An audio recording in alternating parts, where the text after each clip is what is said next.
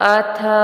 श्री गणपति अथर्वशीर्षम्। हरिः ओम्। नमस्ते गणपतये त्वमेव प्रत्यक्षं तत्त्वमसि, त्वमेव केवलं कर्तासि, त्वमेव केवलं धर्तासि, त्वमेव केवलं हर्तासि, त्वमेव सर्वं खल्विदं ब्रह्मासि।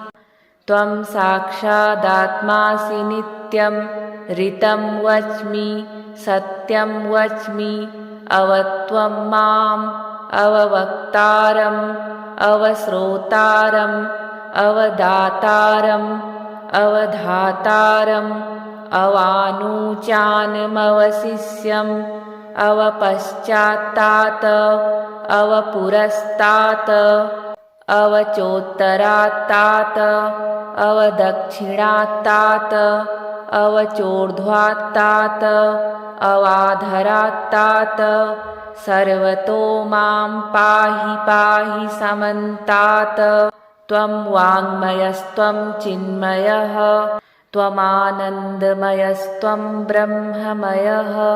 त्वं सच्चिदानन्दाद्वितीयोऽसि, त्वं प्रत्यक्षं ब्रह्मासि, त्वं ज्ञानमयो विज्ञानमयोऽसि। सर्वं जगदिदं त्वत्तो जायते, सर्वं जगदिदं त्वत्तस्तिष्ठति, सर्वं जगदिदं त्वयि लयमेष्यति, सर्वं जगदिदं त्वयि प्रत्येति। त्वं भूमिरापो नलो निलो नभः,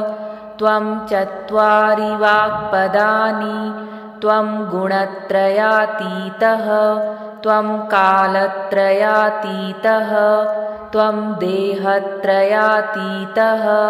त्वं मूलाधारस्थितोऽसि नित्यं, त्वं शक्तित्रयात्मकः। त्वां योगिनो ध्यायन्ति नित्यं, त्वं ब्रह्मा त्वं विष्णुस्त्वं रुद्रस्त्वम् इन्द्रस्त्वम् अग्निस्त्वं वायुस्त्वं सूर्यस्त्वं चन्द्रमास्त्वं ब्रह्मभूर्भुवः सुवरों गणादिं पूर्वमुच्चार्य वर्णादिं तदनन्तरम् अनुस्वारः परतरः अर्धेन्दुलसितं तारेण रुद्धम् एतत्तव मनुस्वरूपं। गकारः पूर्वरूपम् अकारो मध्यमरूपम् अनुस्वारश्चान्त्यरूपम् बिन्दुरुत्तररूपम् नादः सन्धानम् संहिता सन्धिः सैषा गणेशविद्या गणक ऋषिः निच्चिद्गायत्री छन्दः श्रीमहागणपतिर्देवता। ॐ गं गणपतये नमः। एकदन्ताय विद्महे वक्रतुण्डाय धीमहि तन्नो दन्ति प्रचोदयात्। एकदन्तं चतुर्हस्तं पाशमङ्कुशधारिणम् अभयं वरदं हस्तैर्बिभ्राणं मूषकध्वजं रक्तं लम्बोदरं शूर्पकर्णकं रक्तवाससं रक्तगन्धानुलिप्ताङ्गं रक्तपुष्पैः सुपूजितं भक्तानुकम्पिनं देवं जगत्कारणमच्युतम् आविर्भूतं च सृष्ट्यादौ प्रकृतेः पुरुषात् परम् एवं ध्यायति यो नित्यं स योगी योगिनां वरः। नमो व्रातपतये नमो गणपतये नमः प्रमथपतये नमस्तेऽस्तु लम्बोदराय एकदन्ताय विघ्नविनाशिने शिवसुताय श्रीवरदमूर्तये नमो नमः। हरिः ओम्। नमस्ते गणपतये त्वमेव प्रत्यक्षं तत्त्वमसि, त्वमेव केवलं कर्तासि त्वमेव केवलं धर्तासि त्वमेव केवलं हर्तासि त्वमेव सर्वं खल्विदं ब्रह्मासि त्वं साक्षादात्मासि नित्यं ऋतं वच्मि सत्यं वच्मि अवत्वं माम् अववक्तारम् अवश्रोतारम् अवदातारम् अवधातारम् अवानुचानमवशिष्यम् अवपश्चात्तात अवपुरस्तात् अवचोत्तरात्तात अवदक्षिणात्तात अवचोर्ध्वात्तात अवाधरात्तात सर्वतो मां पाहि पाहि समन्तात् त्वं वाङ्मयस्त्वं चिन्मयः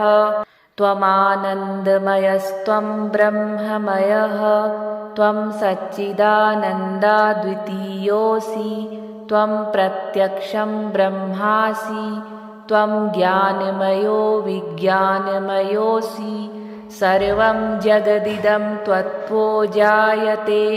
सर्वं जगदिदं त्वत्तस्तिष्ठति सर्वं जगदिदं त्वयि लयमेष्यति सर्वं जगदिदं त्वयि प्रत्येति त्वं भूमिरापो नलो निलो नभः त्वं चत्वारि वाक्पदानि त्वं गुणत्रयातीतः त्वं कालत्रयातीतः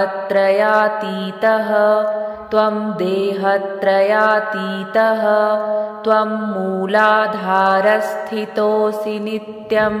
त्वं शक्तित्रयात्मकः त्वां योगिनो ध्यायन्ति नित्यं त्वं ब्रह्मा त्वं विष्णुस्त्वं रुद्रस्त्वम् इन्द्रस्त्वम् अग्निस्त्वं वायुस्त्वं सूर्यस्त्वं चन्द्रमास्त्वं ब्रह्मभूर्भुवः सुवरों गणादिं पूर्वमुच्चार्य वर्णादिं तदनन्तरम् अनुस्वारः परतरः अर्धेन्दुलसितं तारेण रुद्धम् एतत्तव मनुस्वरूपं गकारः पूर्वरूपम् अकारो मध्यमरूपम् अनुस्वारश्चान्त्यरूपं बिन्दुरुत्तररूपं नादः सन्धानं संहिता सन्धिः सैषा गणेशविद्या गणकऋषिः निच्रिद्गायत्री छन्दः श्रीमहागणपतिर्देवता ॐ गं गणपतये नमः एकदन्ताय विद्महे वक्रतुण्डाय धीमहि तन्नो दन्ति प्रचोदयात् एकदन्तं चतुर्हस्तं पाशमङ्कुशधारिणम् अभयं वरदं हस्तैर्बिभ्राणं मूषकध्वजं रक्तं लम्बोदरं शूर्पकर्णकं रक्तवाससं रक्तगन्धानुलिप्ताङ्गं रक्तपुष्पैः सुपूजितं भक्तानुकम्पिनं देवं जगत्कारणमच्युतम् आविर्भूतं च सृष्ट्यादौ प्रकृतेः पुरुषात् परम् एवं ध्यायति यो नित्यं स योगी योगिनां वरः नमो व्रातपतये नमो गणपतये नमः प्रमथपतये नमस्तेऽस्तु लम्बोदराय एकदन्ताय विघ्नविनाशिने शिवसुताय श्रीवरदमूर्तये नमो नमः हरिः ॐ नमस्ते गणपतये त्वमेव प्रत्यक्षं तत्त्वमसि त्वमेव केवलं कर्तासि त्वमेव केवलं धर्तासि त्वमेव केवलं हर्तासि त्वमेव सर्वं खल्विदं ब्रह्मासि। त्वं साक्षादात्मासि नित्यं ऋतं वच्मि सत्यं वच्मि अवत्वं माम् अववक्तारम् अवश्रोतारम् अवदातारम् अवधातारम् अवानुचानमवशिष्यम् अवपश्चात्तात अवपुरस्तात अवचोत्तरात्तात अवदक्षिणात्तात अवचोर्ध्वात्तात अवाधरात्तात सर्वतो मां पाहि पाहि समन्तात्। त्वं वाङ्मयस्त्वं चिन्मयः त्वमानन्दमयस्त्वं ब्रह्ममयः त्वं सच्चिदानन्दाद्वितीयोऽसि त्वं प्रत्यक्षं ब्रह्मासि त्वं ज्ञानमयो विज्ञानमयोऽसि। सर्वं जगदिदं त्वत्तो जायते सर्वं जगदिदं त्वत्तस्तिष्ठति सर्वं जगदिदं त्वयि लयमेष्यति सर्वं जगदिदं त्वयि प्रत्येति। त्वं भूमिरापो नलो निलो नभः त्वं चत्वारि वाक्पदानि त्वं गुणत्रयातीतः त्वं कालत्रयातीतः त्वं देहत्रयातीतः त्वं मूलाधारस्थितोऽसि नित्यं त्वं शक्तित्रयात्मकः त्वां योगिनो ध्यायन्ति नित्यं त्वं ब्रह्मा त्वं विष्णुस्त्वं रुद्रस्त्वम् इन्द्रस्त्वम् अग्निस्त्वं वायुस्त्वं सूर्यस्त्वं चन्द्रमास्त्वं ब्रह्मभूर्भुवः सुवरों गणादिं पूर्वमुच्चार्य वर्णादिं तदनन्तरम् अनुस्वारः परतरः अर्धेन्दुलसितं तारेण रुद्धम् एतत्तव मनुस्वरूपं गकारः पूर्वरूपम् अकारो मध्यमरूपम् अनुस्वारश्चान्त्यरूपं बिन्दुरुत्तररूपं नादः सन्धानं संहिता सन्धिः सैषा गणेशविद्या गणकऋषिः निच्रिद्गायत्री छन्दः श्रीमहागणपतिर्देवता। ॐ गं गणपतये नमः। एकदन्ताय विद्महे वक्रतुण्डाय धीमहि तन्नो दन्ति प्रचोदयात्। एकदन्तं चतुर्हस्तं पाशमङ्कुशधारिणम् अभयं वरदं हस्तैर्बिभ्राणं मूषकध्वजं रक्तं लम्बोदरं शूर्पकर्णकं रक्तवाससं रक्तगन्धानुलिप्ताङ्गं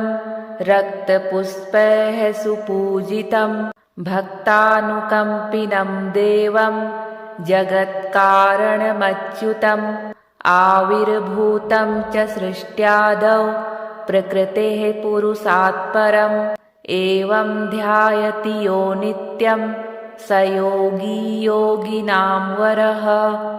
नमो व्रातपतये नमो गणपतये नमः प्रमथपतये नमस्तेऽस्तु लम्बोदराय एकदन्ताय विघ्नविनाशिने शिवसुताय श्रीवरदमूर्तये नमो नमः। हरिः ॐ। नमस्ते गणपतये त्वमेव प्रत्यक्षं तत्त्वमसि त्वमेव केवलं कर्तासि त्वमेव केवलं धर्तासि त्वमेव केवलं हर्तासि त्वमेव सर्वं खल्विदं ब्रह्मासि। त्वं साक्षादात्मासि नित्यं ऋतं वच्मि सत्यं वच्मि अवत्वं माम् अववक्तारम् अवश्रोतारम् अवदातारम् अवधातारम् अवानूचानमवशिष्यम् अवपश्चात्तात अवपुरस्तात् अवचोत्तरात्तात अवदक्षिणात्तात अवचोर्ध्वात्तात अवाधरात्तात सर्वतो मां पाहि पाहि समन्तात् त्वं वाङ्मयस्त्वं चिन्मयः त्वमानन्दमयस्त्वं ब्रह्ममयः त्वं सच्चिदानन्दाद्वितीयोऽसि त्वं प्रत्यक्षं ब्रह्मासि त्वं ज्ञानमयो विज्ञानमयोऽसि सर्वं जगदिदं त्वत्तो जायते सर्वं जगदिदं त्वत्तस्तिष्ठति सर्वं जगदिदं त्वयि लयमेष्यति सर्वं जगदिदं त्वयि प्रत्येति त्वं भूमिरापो नलो निलो नभः त्वं चत्वारि वाक्पदानि त्वं गुणत्रयातीतः त्वं कालत्रयातीतः त्वं देहत्रयातीतः त्वं मूलाधारस्थितोऽसि नित्यं त्वं शक्तित्रयात्मकः त्वां योगिनो ध्यायन्ति नित्यं त्वं ब्रह्मा त्वं विष्णुस्त्वं रुद्रस्त्वम् इन्द्रस्त्वम् अग्निस्त्वं वायुस्त्वं सूर्यस्त्वं चन्द्रमास्त्वं ब्रह्मभूर्भुवः सुवरों गणादिं पूर्वमुच्चार्य वर्णादिं तदनन्तरम् अनुस्वारः परतरः अर्धेन्दुलसितं तारेण रुद्धम् एतत्तव मनुस्वरूपं गकारः पूर्वरूपम् अकारो मध्यमरूपम् अनुस्वारश्चान्त्यरूपं बिन्दुरुत्तररूपं नादः सन्धानं संहिता सन्धिः सैषा गणेशविद्या गणकऋषिः निच्रिद्गायत्री छन्दः श्रीमहागणपतिर्देवता ॐ गं गणपतये नमः एकदन्ताय विद्महे वक्रतुण्डाय धीमहि तन्नो दन्ति प्रचोदयात् एकदन्तं चतुर्हस्तं पाशमङ्कुशधारिणम् अभयं वरदं हस्तैर्बिभ्राणं मूषकध्वजं रक्तं लम्बोदरं शूर्पकर्णकं रक्तवाससं रक्तगन्धानुलिप्ताङ्गं रक्तपुष्पैः सुपूजितं भक्तानुकम्पिनं देवं जगत्कारणमच्युतम् आविर्भूतं च सृष्ट्यादौ प्रकृतेः पुरुषात् परम् एवं ध्यायति यो नित्यं स योगी योगिनां वरः नमो व्रातपतये नमो गणपतये नमः प्रमथपतये नमस्तेऽस्तु लम्बोदराय एकदन्ताय विघ्नविनाशिने शिवसुताय श्रीवरदमूर्तये नमो नमः हरिः ॐ नमस्ते गणपतये त्वमेव प्रत्यक्षं तत्त्वमसि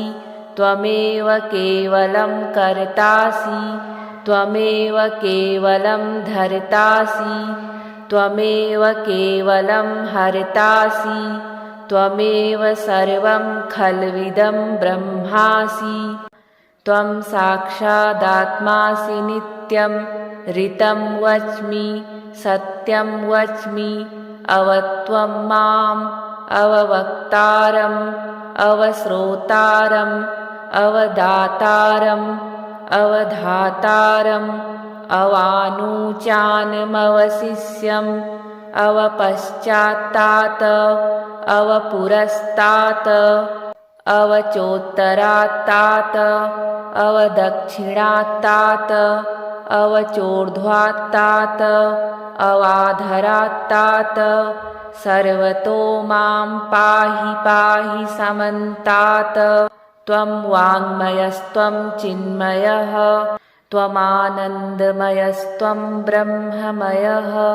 त्वं सच्चिदानन्दाद्वितीयोऽसि त्वं प्रत्यक्षं ब्रह्मासि त्वं ज्ञानमयो विज्ञानमयोऽसि। सर्वं जगदिदं त्वत्तो जायते सर्वं जगदिदं त्वत्तस्तिष्ठति सर्वं जगदिदं त्वयि लयमेष्यति सर्वं जगदिदं त्वयि प्रत्येति। त्वं भूमिरापो नलो निलो नभः त्वं चत्वारि वाक्पदानि त्वं गुणत्रयातीतः त्वं कालत्रयातीतः त्वं देहत्रयातीतः त्वं मूलाधारस्थितोऽसि नित्यं त्वं शक्तित्रयात्मकः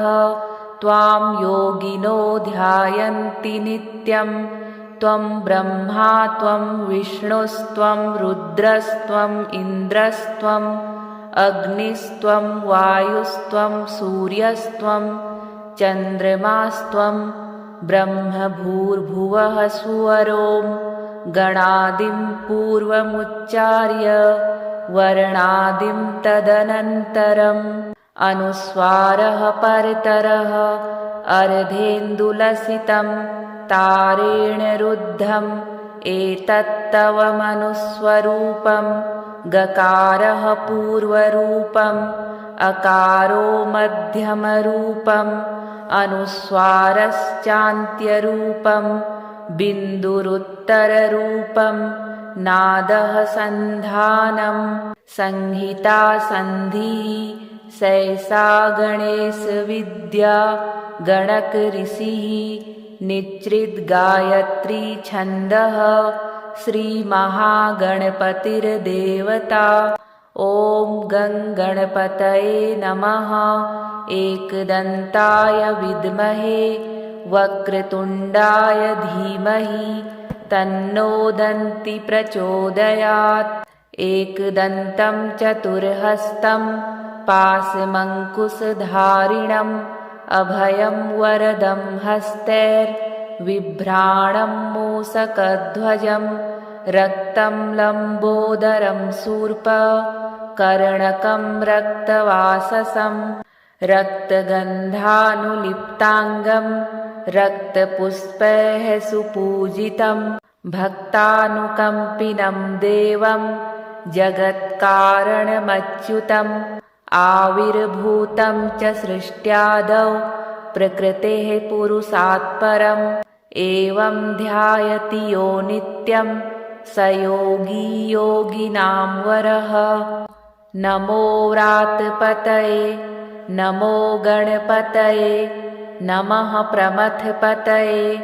नमस्तेऽस्तु लम्बोदराय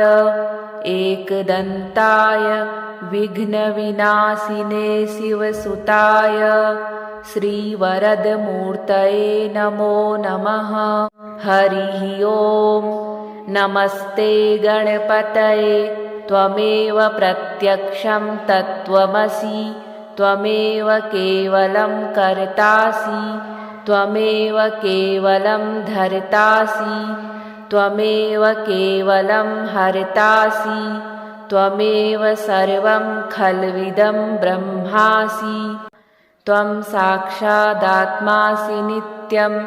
ऋतं वच्मि सत्यं वच्मि अवत्वं माम् अववक्तारम् अवश्रोतारम् अवदातारम् अवधातारम् अवानुचानमवशिष्यम् अवपश्चात्तात् अवपुरस्तात् अवचोत्तरात्तात् अवदक्षिणात्तात् अवचोर्ध्वात्तात् अवाधरात्तात् सर्वतो मां पाहि पाहि समन्तात्। त्वं वाङ्मयस्त्वं चिन्मयः त्वमानन्दमयस्त्वं ब्रह्ममयः त्वं सच्चिदानन्दाद्वितीयोऽसि त्वं प्रत्यक्षं ब्रह्मासि त्वं ज्ञानमयो विज्ञानमयोऽसि। सर्वं जगदिदं त्वत्तो जायते सर्वं जगदिदं त्वत्तस्तिष्ठति सर्वं जगदिदं त्वयि लयमेष्यति सर्वं जगदिदं त्वयि प्रत्येति। त्वं भूमिरापो नलो निलो नभः त्वं चत्वारि वाक्पदानि त्वं गुणत्रयातीतः त्वं कालत्रयातीतः त्वं देहत्रयातीतः त्वं मूलाधारस्थितोऽसि नित्यं त्वं शक्तित्रयात्मकः त्वां योगिनो ध्यायन्ति नित्यं। त्वं ब्रह्मा त्वं विष्णुस्त्वं रुद्रस्त्वम् इन्द्रस्त्वम् अग्निस्त्वं वायुस्त्वं सूर्यस्त्वं चन्द्रमास्त्वं ब्रह्मभूर्भुवः सुवरों गणादिं पूर्वमुच्चार्य वर्णादिं तदनन्तरम् अनुस्वारः परतरः अर्धेन्दुलसितं तारेण रुद्धम् एतत्तव मनुस्वरूपं गकारः पूर्वरूपम् अकारो मध्यमरूपम् अनुस्वारश्चान्त्यरूपम् बिन्दुरुत्तररूपम् नादः सन्धानम् संहिता सन्धिः सैषा गणेशविद्या गणकऋषिः निच्रिद्गायत्री छन्दः श्रीमहागणपतिर्देवता। ॐ गं गणपतये नमः। एकदन्ताय विद्महे वक्रतुण्डाय धीमहि तन्नो दन्ति प्रचोदयात्। एकदन्तं चतुर्हस्तं पाशमङ्कुशधारिणम् अभयं वरदं हस्तैर्बिभ्राणं मूषकध्वजं रक्तं लम्बोदरं शूर्पकर्णकं रक्तवाससं रक्तगन्धानुलिप्ताङ्गं रक्तपुष्पैः सुपूजितं भक्तानुकम्पिनं देवं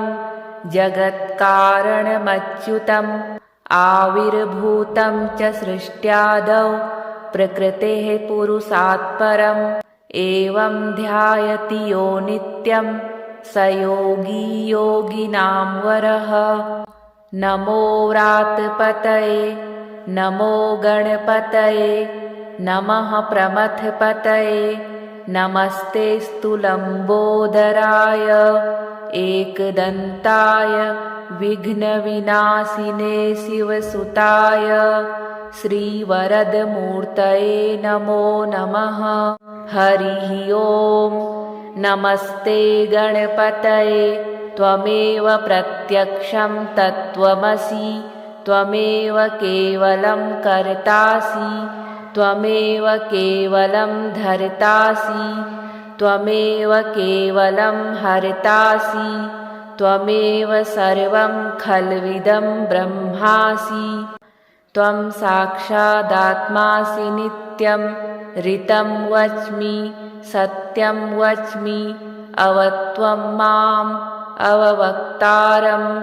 अवश्रोतारम् अवदातारम् अवधातारम् अवानुचानमवशिष्यम् अवपश्चात्तात् अवपुरस्तात् अवचोत्तरात्तात् अवदक्षिणात्तात् अवचोर्ध्वात्तात् अवाधरात्तात् सर्वतो मां पाहि पाहि समन्तात्। त्वं वाङ्मयस्त्वं चिन्मयः त्वमानन्दमयस्त्वं ब्रह्ममयः त्वं सच्चिदानन्दाद्वितीयोऽसि त्वं प्रत्यक्षं ब्रह्मासि त्वं ज्ञानमयो विज्ञानमयोऽसि सर्वं जगदिदं त्वत्तो जायते सर्वं जगदिदं त्वत्तस्तिष्ठति सर्वं जगदिदं त्वयि लयमेष्यति सर्वं जगदिदं त्वयि प्रत्येति त्वं भूमिरापो नलो निलो नभः त्वं चत्वारि वाक्पदानि त्वं गुणत्रयातीतः त्वं कालत्रयातीतः त्वं देहत्रयातीतः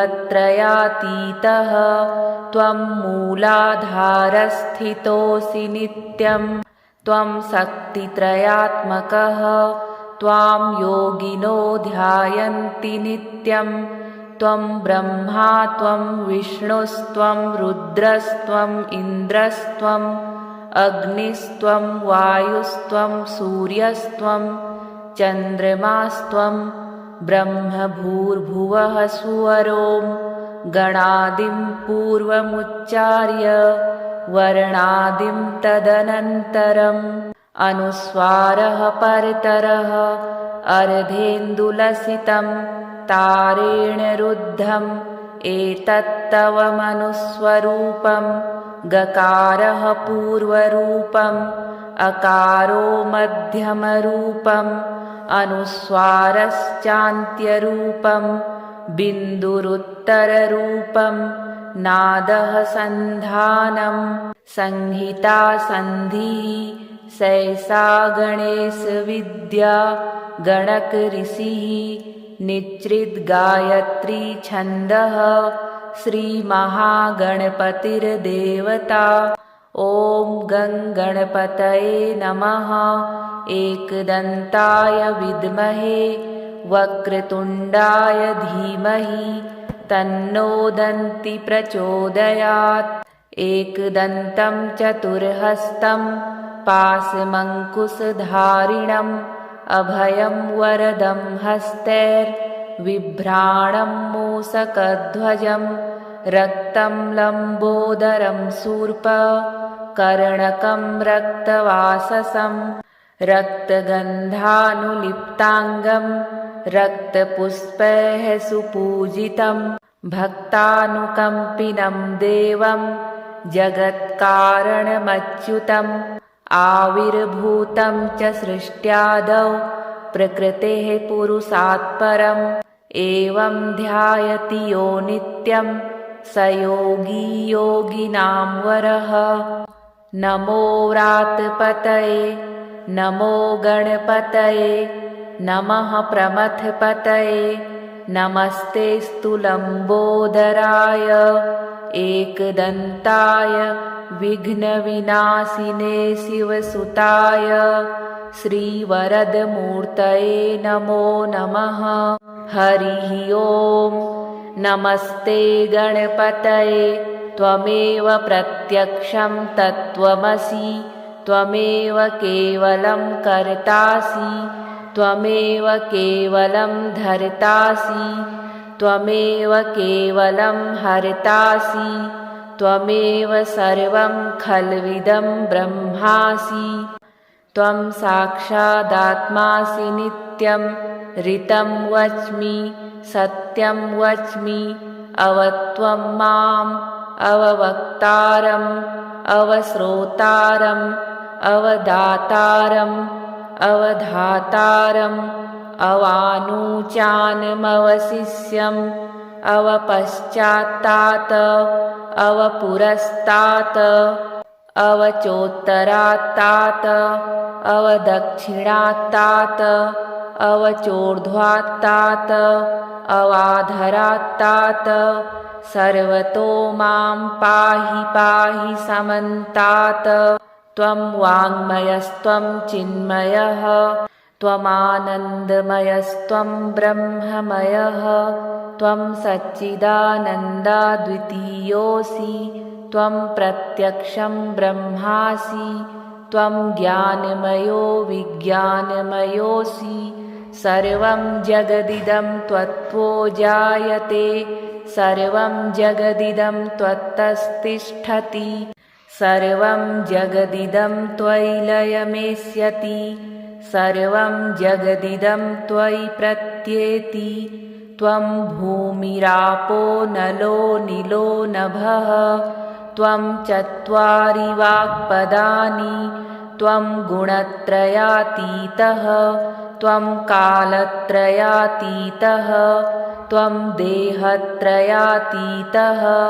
त्वं मूलाधारस्थितोऽसि नित्यं त्वं शक्तित्रयात्मकः त्वां योगिनो ध्यायन्ति नित्यं त्वं ब्रह्मा त्वं विष्णुस्त्वं रुद्रस्त्वं इन्द्रस्त्वम् अग्निस्त्वं वायुस्त्वं सूर्यस्त्वं चन्द्रमास्त्वं ब्रह्मभूर्भुवः सुवरों गणादिं पूर्वमुच्चार्य वर्णादिं तदनन्तरम् अनुस्वारः परतरः अर्धेन्दुलसितं तारेण रुद्धम् एतत्तव मनुस्वरूपं गकारः पूर्वरूपम् अकारो मध्यमरूपम् अनुस्वारश्चान्त्यरूपम् बिन्दुरुत्तररूपम् नादः सन्धानम् संहिता सन्धिः सैषा गणेशविद्या गणकऋषिः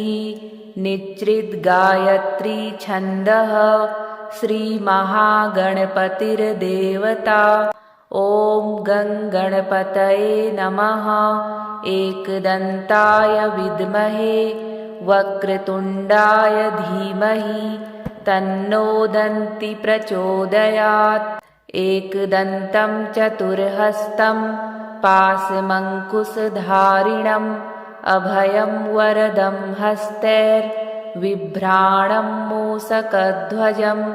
रक्तं लम्बोदरं शूर्पकर्णकं रक्तवाससं रक्तगन्धानुलिप्ताङ्गं रक्तपुष्पैः सुपूजितं भक्तानुकम्पिनं देवं जगत्कारणमच्युतम् आविर्भूतं च सृष्ट्यादौ प्रकृतेः पुरुषात् परम् एवं ध्यायति यो नित्यं स योगी योगिनां वरः नमो व्रातपतये नमो गणपतये नमः प्रमथपतये नमस्तेऽस्तु लम्बोदराय एकदन्ताय विघ्नविनाशिने शिवसुताय श्रीवरदमूर्तये नमो नमः हरिः ॐ नमस्ते गणपतये त्वमेव प्रत्यक्षं तत्त्वमसि त्वमेव केवलं कर्तासि त्वमेव केवलं धर्तासि त्वमेव केवलं हर्तासि त्वमेव सर्वं खल्विदं ब्रह्मासि त्वं साक्षादात्मासि नित्यं ऋतं वच्मि सत्यं वच्मि अवत्वं माम् अववक्तारम् अवश्रोतारम् अवदातारम् अवधातारम् अवानुचानमवशिष्यम् अवपश्चात्तात् अवपुरस्तात् अवचोत्तरात्तात् अवदक्षिणात्तात् अवचोर्ध्वात्तात् अवाधरात्तात् सर्वतो मां पाहि पाहि समन्तात् त्वं वाङ्मयस्त्वं चिन्मयः त्वमानन्दमयस्त्वं ब्रह्ममयः त्वं सच्चिदानन्दाद्वितीयोऽसि त्वं प्रत्यक्षं ब्रह्मासि त्वं ज्ञानमयो विज्ञानमयोऽसि सर्वं जगदिदं त्वत्तो जायते सर्वं जगदिदं त्वत्तस्तिष्ठति सर्वं जगदिदं त्वयि लयमेष्यति सर्वं जगदिदं त्वयि प्रत्येति त्वं भूमिरापो नलो निलो नभः त्वं चत्वारि वाक्पदानि त्वं गुणत्रयातीतः त्वं कालत्रयातीतः त्वं देहत्रयातीतः त्वं मूलाधारस्थितोऽसि नित्यं त्वं शक्तित्रयात्मकः त्वां योगिनो ध्यायन्ति नित्यं त्वं ब्रह्मा त्वं विष्णुस्त्वं रुद्रस्त्वम् इन्द्रस्त्वम् अग्निस्त्वं वायुस्त्वं सूर्यस्त्वं चन्द्रमास्त्वं ब्रह्मभूर्भुवः सुवरों गणादिं पूर्वमुच्चार्य वर्णादिं तदनन्तरम् अनुस्वारः परतरः अर्धेन्दुलसितं तारेण रुद्धम् एतत्तव मनुस्वरूपं गकारः पूर्वरूपम् अकारो मध्यमरूपम् अनुस्वारश्चान्त्यरूपम् बिन्दुरुत्तररूपम् नादः सन्धानम् संहिता सन्धिः सैषा गणेशविद्या गणकऋषिः निच्रिद्गायत्री छन्दः श्रीमहागणपतिर्देवता ॐ गं गणपतये नमः एकदन्ताय विद्महे वक्रतुण्डाय धीमहि तन्नो दन्ति प्रचोदयात् एकदन्तं चतुर्हस्तं पाशमङ्कुशधारिणम् अभयं वरदं हस्तैर्बिभ्राणं मूषकध्वजं रक्तं लम्बोदरं शूर्पकर्णकं रक्तवाससं रक्तगन्धानुलिप्ताङ्गं रक्तपुष्पैः सुपूजितं भक्तानुकम्पिनं देवं जगत्कारणमच्युतम् आविर्भूतं च सृष्ट्यादौ प्रकृतेः पुरुषात् परम् एवं ध्यायति यो नित्यं स योगी योगिनां वरः नमो व्रातपतये नमो गणपतये नमः प्रमथपतये नमस्तेऽस्तु लम्बोदराय एकदन्ताय विघ्नविनाशिने शिवसुताय श्रीवरदमूर्तये नमो नमः हरिः ॐ नमस्ते गणपतये त्वमेव प्रत्यक्षं तत्त्वमसि त्वमेव केवलं कर्तासि त्वमेव केवलं धर्तासि त्वमेव केवलं हर्तासि त्वमेव सर्वं खल्विदं ब्रह्मासि त्वं साक्षादात्मासि नित्यं ऋतं वच्मि सत्यं वच्मि अवत्वं माम् अववक्तारम् अवश्रोतारम् अवदातारम् अवधातारम् अवानुचानमवशिष्यम् अवपश्चात्तात् अवपुरस्तात् अवचोत्तरात्तात् अवदक्षिणात्तात् अवचोर्ध्वात्तात् अवाधरात्तात् सर्वतो मां पाहि पाहि समन्तात् त्वं वाङ्मयस्त्वं चिन्मयः त्वमानन्दमयस्त्वं ब्रह्ममयः त्वं सच्चिदानन्दाद्वितीयोऽसि त्वं प्रत्यक्षं ब्रह्मासि त्वं ज्ञानमयो विज्ञानमयोऽसि सर्वं जगदिदं त्वत्तो जायते सर्वं जगदिदं त्वत्तस्तिष्ठति सर्वं जगदिदं त्वयि लयमेष्यति सर्वं जगदिदं त्वयि प्रत्येति त्वं भूमिरापो नलो निलो नभः त्वं चत्वारि वाक्पदानि त्वं गुणत्रयातीतः त्वं कालत्रयातीतः त्वं देहत्रयातीतः त्वं मूलाधारस्थितोऽसि नित्यं त्वं शक्तित्रयात्मकः त्वां योगिनो ध्यायन्ति नित्यं त्वं ब्रह्मा त्वं विष्णुस्त्वं रुद्रस्त्वम् इन्द्रस्त्वम्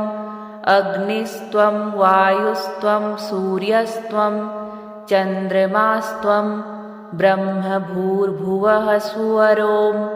गणादिं पूर्वमुच्चार्य वर्णादिं तदनन्तरम् अनुस्वारः परतरः अर्धेन्दुलसितं तारेण रुद्धम् एतत्तव मनुस्वरूपं गकारः पूर्वरूपम् अकारो मध्यमरूपम्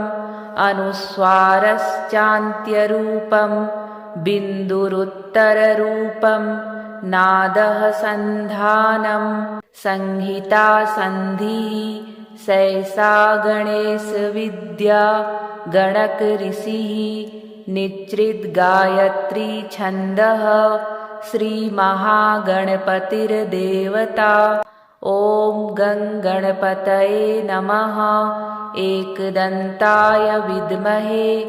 वक्रतुण्डाय धीमहि तन्नो दन्ति प्रचोदयात्। एकदन्तं चतुर्हस्तं पाशमङ्कुशधारिणम् अभयं वरदं हस्तैर्बिभ्राणं मूषकध्वजं रक्तं लम्बोदरं शूर्पकर्णकं रक्तवाससं रक्तगन्धानुलिप्ताङ्गं रक्तपुष्पैः सुपूजितं भक्तानुकम्पिनं देवं जगत्कारणमच्युतम् आविर्भूतं च सृष्ट्यादौ प्रकृतेः पुरुषात् परम् एवं ध्यायति यो नित्यं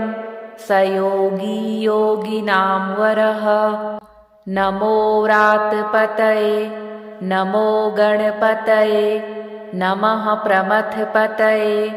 नमस्तेऽस्तु लम्बोदराय एकदन्ताय विघ्नविनाशिने शिवसुताय श्रीवरदमूर्तये नमो नमः। हरिः ॐ। नमस्ते गणपतये त्वमेव प्रत्यक्षं तत्त्वमसि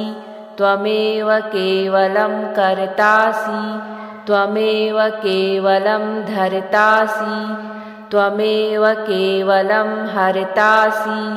त्वमेव सर्वं खल्विदं ब्रह्मासि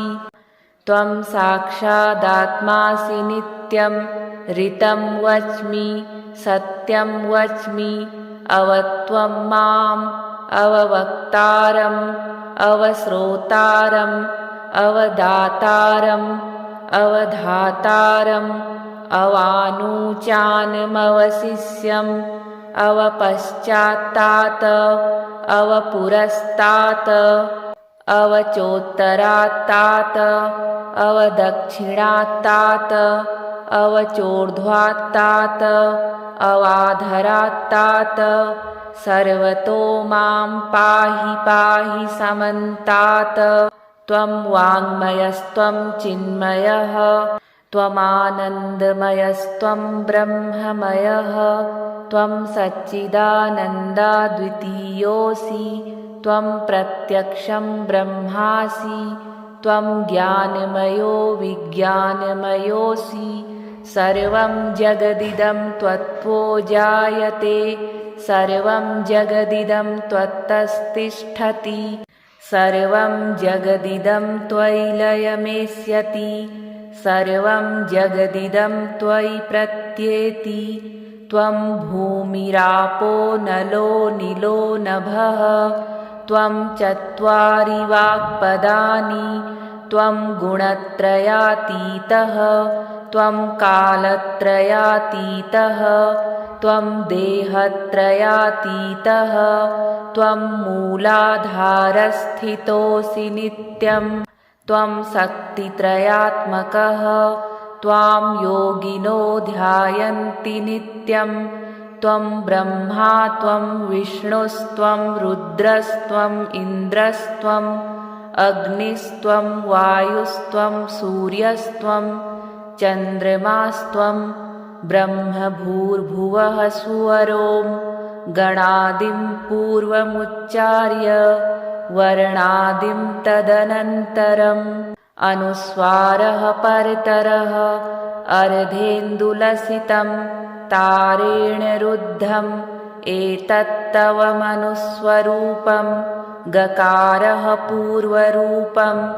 अकारो मध्यमरूपम्